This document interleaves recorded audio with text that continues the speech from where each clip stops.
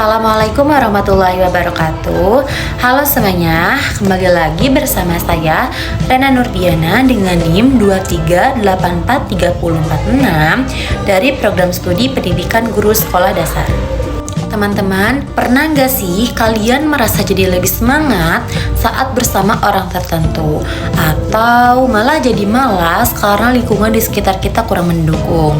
Nah, di video kali ini kita akan membahas bab 5, yaitu tentang energi orang-orang di sekitar kita dan bagaimana itu bisa mempengaruhi kebiasaan kita sehari-hari.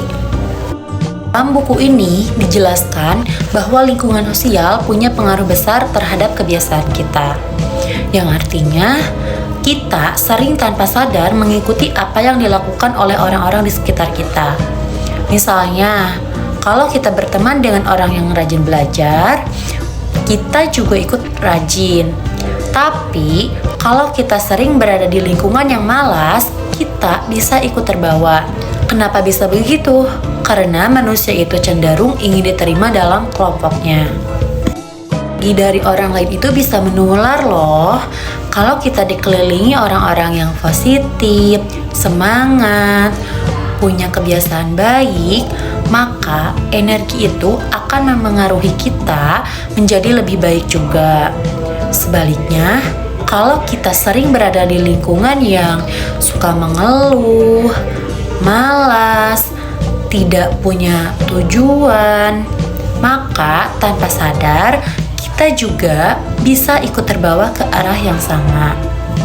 Di sini kita bisa belajar bahwa kebiasaan kita bukan hanya dipengaruhi oleh diri sendiri, tapi juga oleh siapa yang ada di sekitar kita.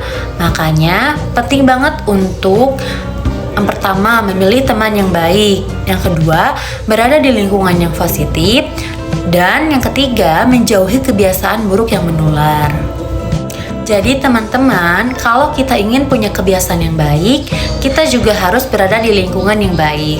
Karena energi dari orang-orang di sekitar kita bisa menentukan siapa diri kita di masa depan. Yuk mulai sekarang pilih lingkungan yang membuat kita berkembang.